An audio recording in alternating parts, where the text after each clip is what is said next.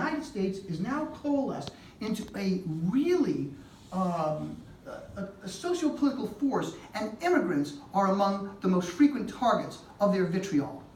This is not like some of these fringe entities that don't get entree into the political system. We have now bigots who are actively participating in government in the United States.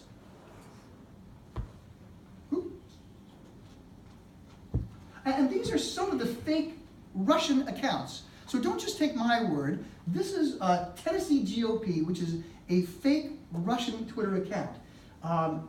And there you have one example. When it comes to radical Islamic terrorism, ignorance is not bliss. It's deadly. And here's another one targeting undocumented Mexican people, some of whom are students of mine. Oh, and just a reminder, Obama wants our children to be converted to Islam, and Hillary will continue that mission.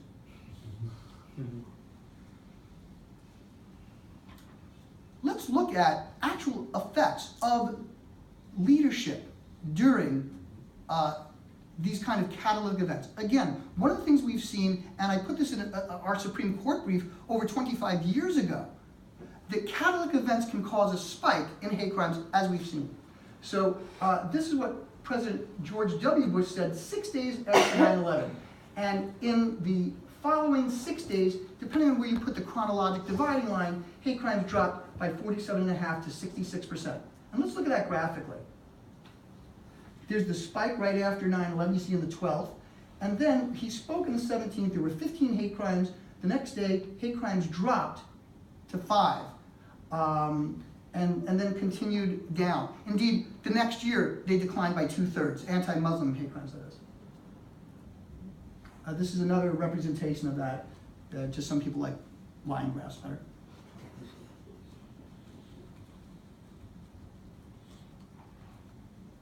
Interesting enough, after candidate Trump proposed a Muslim ban, his poll numbers went up 27% in South Carolina in just a few days. So it's actually political currency to hate people because of their faith. And this is what we found. This is our hoax data.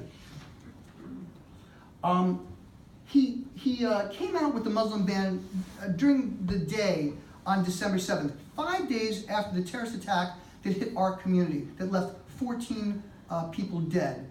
The worst terrorist attack since 9/11 at that time. And we saw 2 that night, and then look at that. And not only were there more of them, they were worse. We had death threats against a Muslim American congressperson. We had fire bombings. Indeed, one person who just vandalized a few days before went and finished the job and burnt down a Muslim-owned restaurant, for instance. And assaults, arsons at a mosque. So not only were they more numerous, they were worse. And proving that the data is not a hoax, this is the actual official data out of the FBI showing day-by-day ticks. And you can see that there was this, you can see Paris was November 13th, and there was a spike, the Paris terrorist attacks. And this is in November, December of 2015. And then we saw a spike after the San Bernardino attacks on December 2nd.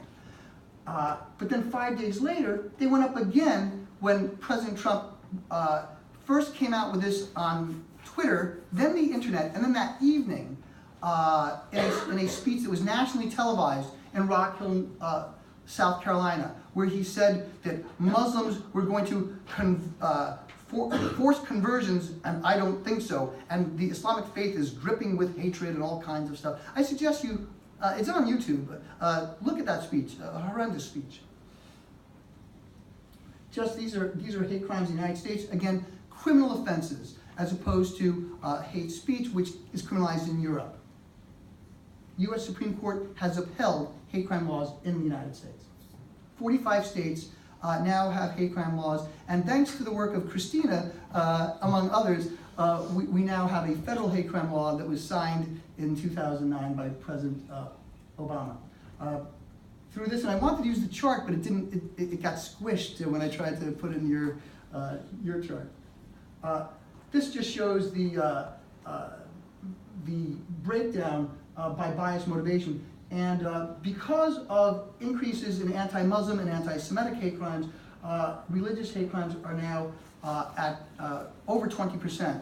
About 11% or so are anti-Semitic, and about 5% are anti-Muslim. Really briefly, anti-Muslim attacks, while numerically are at 307 compared to well over 480 in 2001, after the terrorist attacks, even though there were still fewer, the assaults are now higher than post 9/11, and the percentage is greater. So 5% of all hate crimes in the United States in 2016 were directed against Muslims, which is actually more than the percentage from 2001.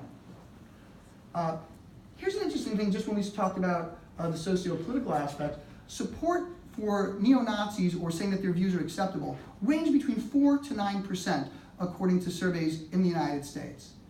So it really is a socio-political force. And let me say, that's not even including the alt-right, which are about another 9 or 10%. Some people call them Nazi light.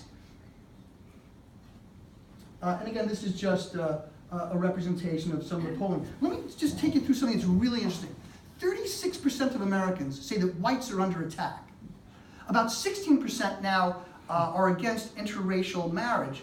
The year I was born, over 50 years ago, 61% of Americans disapproved of interracial marriage. It then went down to about between 8 and 11% in the 90s. We're now back up to about 16%. But 36% of Americans say whites are under attack, and 14% say whites are under attack and people of color aren't. So that gives you an idea of the hardened, somewhere between, let's say, 4 to 16% of the United States. And again, this is a UVA Reuters Ipsos poll.